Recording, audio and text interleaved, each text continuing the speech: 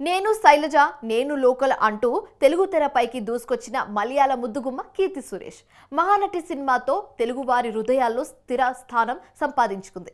అయితే ఈ అమ్మడు ఓ డిఫరెంట్ మూవీలో నటించింది. ఆ సినిమా వేరే భాషల్లో థియేటర్స్లోకి వస్తుంది, కానీ తెలుగులో మాత్రం రావడం లేదు. ఇంతకీ ఆ సినిమా ఏంటి? రిలీజ్ కాకపోవడానికి కారణం ఏంటి?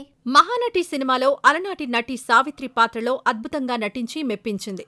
ఉత్తమ నటిగా జాతీయ అవార్డు సైతం దక్కించుకుంది.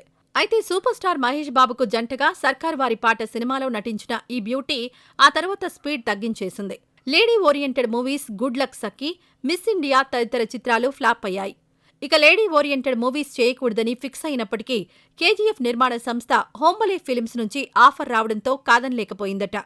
ఈ నిర్మాణ సంస్థ కీర్తితో రఘు తాత అనే సినిమాను నిర్మించింది.